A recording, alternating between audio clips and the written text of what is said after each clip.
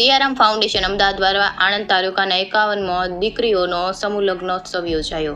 મહત્વનું છે કે આ સમૂહ લગ્નોત્સવ વલાસણ ગામમાં સ્થિત મેલડી માતાજીના પ્રાંગણમાં યોજાયો હતો. સિયારામ ફાઉન્ડેશનના ફાઉન્ડર અને ચેરપર્સન દીપાલીબેન ઇનામદાર દ્વારા આયોજિત સમૂહ લગ્નોત્સવ આણંદ તાલુકાનો પ્રથમ સર્વજ્ઞાતિ સમૂહ લગ્નોત્સવ હતો. એપ્રિલ મહિનાની ગરમીમાં લગ્ન મંડપમાં પાણીના વેપર લગાવીને દીપાલીબેન અને વિશાલભાઈ ઇનામદાર દ્વારા ખૂબ સરસ આયોજન કરવામાં આવ્યું હતું. આ સાથે જ લગ્નમાં કુલ 10,000 લોકોનો જમણવાર રાખવામાં આવ્યો હતો. મહત્વનું છે કે લગ્નમાં 51 દંપતીઓએ આશીર્વાદ આપવા ગુજરાતના નામાંકિત કલાકારો આવ્યા હતા, જેમાં કીર્તિદાન ગઢવી, અકાભા ગઢવી અને જિગ્નેશ બારોટ પણ ઉપસ્થિત રહ્યા હતા. સાથે જ આણંદ જિલ્લાના એસપી અને ગુજરાતભરથી રાજકીય નેતાઓ હાજર રહી સમૂહ લગ્નોત્સવની શોભા વધારી હતી. દીપાલીબેન ઇનામદાર દ્વારા 51 દીકરીઓને પરણાવી કન્યાદાન કર્યું હતું. સાથે જ કરિયાવરમાં નવવધૂને પાનેતરથી લઈને ચાંદીનું મંગળસૂત્ર, સોનાની ચૂની, પલંગ, તિજોરી, સાડીઓ તેમજ ઘરમાં જરૂરી 75 પ્રકારની વસ્તુઓ આપવામાં આવી હતી. આમ સિયારામ ફાઉન્ડેશન સફળ આયોજન થકી 51 દીકરીઓએ અગ્નિની સાક્ષીએ પ્રભુતામાં પગલાં પાડ્યા હતા. સંજીવ રાજપૂત, અમદાવાદ. જોશે તારી વાટ રે ભેળવણી કરશું અમે ફરિયાદ, મારે લાડકીને ખમાણી મારી દીકરી રે એવી થોડી અમે જોશું રે તારી વાત.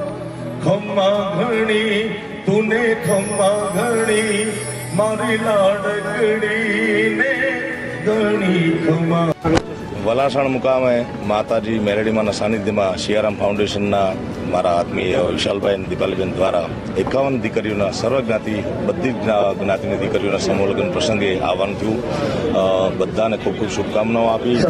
આદરણીય આણંદ જિલ્લાના એસપી જસાણા સાહેબની પણ ઉપસ્થિત રહી, મુન્નાભાઈ અને બધાએ જિગ્નેશભાઈ બારોટ, અકાભા ગઢવી બધા જ લોકો આ 51 દંપતીના આશીર્વાદ આપવા આવ્યા અને બધા પર જગદંબાની કૃપા ઉતરે, બધાના આશીર્વાદ મળે એવી અભ્યર્થના સાથે બધાને ખૂબ ખૂબ જીવન માટે શુભકામનાઓ. જય માતાજી.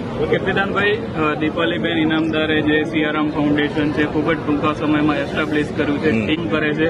આપણે જોઈ રહ્યા છે કે સિયારામ ફાઉન્ડેશન આટલા ટૂંકા સમયમાં 51 લગ્ન કરાવી શક્યું છે. આવનાર સમય માટે દીપાલીબેનને અને સિયારામ ફાઉન્ડેશને આપવું. સિયારામ ફાઉન્ડેશન દીપાલીબેન અને વિશાલભાઈને એવી શુભકામનાઓ આપું કે દર વર્ષે આવા સમાજ હિતના કાર્યો કરતા રહે અને આવતા વર્ષે ઈશ્વરને પ્રાર્થના કરીએ કે 101 દીકરીના લગ્ન સમૂહ લગ્ન કરે એવી માતાજી એમને શક્તિ અને ભક્તિ આપે એવી અભ્યર્થના. ધન્યવાદ. સમૂહ લગ્ન છે અને દરેક સમાજ 18 વર્ષની દીકરીઓના અહીંયા સમૂહ લગ્ન, પ્રથમ સમૂહ લગ્ન 51 દીકરીઓના સમૂહ લગ્ન સિયારામ ફાઉન્ડેશન દ્વારા. એમાં અમારે ખાસ એવા દીપાલીબેન ઇનામદાર અને જેને મારો મોટો ભાઈ માનું છું એવા અમારે વિશાલભાઈ ઇનામદાર, એમના દ્વારા સરસ મજાના સમૂહ લગ્ન નું આયોજન કરવામાં આવ્યું અને ખૂબ અદભુત આ સેવાનું કામ કર્યું છે. એટલે માતાજી ભગવતી એમની ખૂબ ચડતી રાખે અને એમની ખૂબ ઉત્તર પ્રગતિ થાય એવી માતાજી મેલડીમાને પ્રાર્થના. માતાજીના પણ દર્શન કર્યા મેલડીમાના. હું આવ્યો છું અને ગુજરાતનું બહુ જ સારું એવું નામ એવા અમારા વડીલ અકાભા ગઢવી પણ એ પણ અહીં આગળ હાજર છે, કીર્તિભાઈ પણ આવી રહેશે. તો બસ આ બધાએ અમે બધાએ આમાં સહભાગી બન્યા છે અને અમને આ સહભાગી બનવાનો એક આ પ્રસંગ મળ્યો છે, મોકો મળ્યો છે.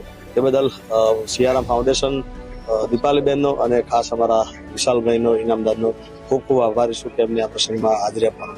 બિલકુલ, સિયારામ ફાઉન્ડેશન ટૂંક જ સમયમાં એસ્ટાબ્લિશ થયું છે અને સિયારામ ફાઉન્ડેશને ટૂંક જ સમયમાં 51 દીકરીઓના લગ્ન કરાવ્યા છે. ભવિષ્યમાં સિયારામ ફાઉન્ડેશન થકી જે કાર્યો થશે એને લઈને આપ સમાજને અને રાજ્યને શું કહેવા માંગો? સિયારામ ફાઉન્ડેશન દ્વારા જે પણ કાર્ય થશે, જે સેવાના કાર્યો અમારા દીપાલીબેન કરી હશે, તો એમાં હું એમની સાથે છું અને સાથે રહીશ કાયમ માટે. અને આ એક સેવાનું કાર્ય કરી રહ્યા છે, તો ખૂબ ખૂબ અભિનંદન છે બેનને.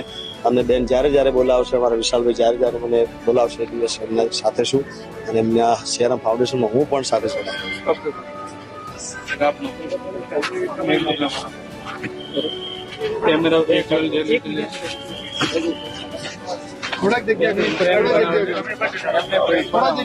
કરું એવું મારા પ્રયત્નો રહ્યા જ છે. એટલે વલાસણ ગામમાં હંમેશાથી દીકરીઓને ભણાવવા માટે, એમને પગભર કરવા માટે હું કોશિશ કરતી જ હોઉં છું. પછી મને વિચાર આવ્યો કે ગામની દરેક દીકરીઓ કે કોઈ પણ બાપને પોતાની દીકરી બોજ ન લાગે, કારણ કે આજના જમાનામાં લગ્ન કરાવવું એ બહુ અઘરું છે. તો અમને આ વિચાર આવ્યો કે કેમ ના આપણે દરેક દીકરીઓને સરસ રીતેથી પરણાવી, એમને સરસ રીતેથી કરિયાવર આપીએ અને ખૂબ આશીર્વાદ સાથે જો લગ્નમાં આમ ઘરે લગ્ન કરવા જાઓ તો તમને એક બે જણના આશીર્વાદ મળે, પણ આજે અહીંયા પ્રમુખ સ્વામી મહારાજ, આચાર્ય મહારાજ બધા જ અહીંયા આવ્યા અને આ જોડાઓને આશીર્વાદ આપ્યા, એથી વધારે મોટું શું હોઈ શકે. દિપાલીબેન, આપના આયોજન થકી આપના સિયારામ ફાઉન્ડેશનના નેજા હેઠળ આજે 51 નવ દંપતીઓ લગ્નના બંધનમાં બંધાયા છે.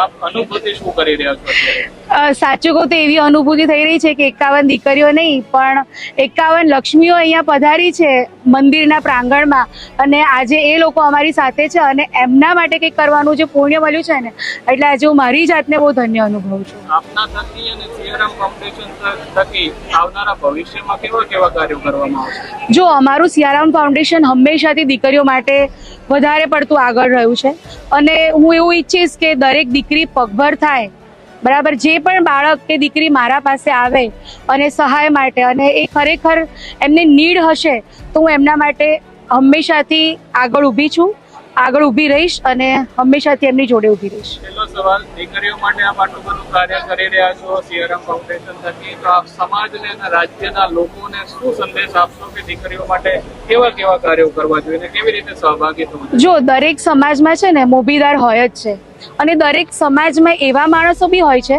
કે જે થોડીક એમની પરિસ્થિતિ, આર્થિક સ્થિતિ થોડીક નબળી હોય છે. તો મારો તો એવો વિચાર છે કે દરેક સમાજના અગ્રણીઓએ પોતાના સમાજ માટે પણ આવા સમૂહ લગ્નનું આયોજન કરવું જોઈએ, જેથી દરેક દીકરી ખૂબ ખુશ થઈને એના સાસરીમાં સારી રીતેથી જાય. અને કોઈને પણ દીકરીને પરણાવવા માટે આમ બહુ ટેન્શન ના લે, દરેક માતા પિતાને ન થાય, એટલે અગ્રણીઓએ આવા કાર્યો કરવા જોઈએ, હું એમ માનું છું.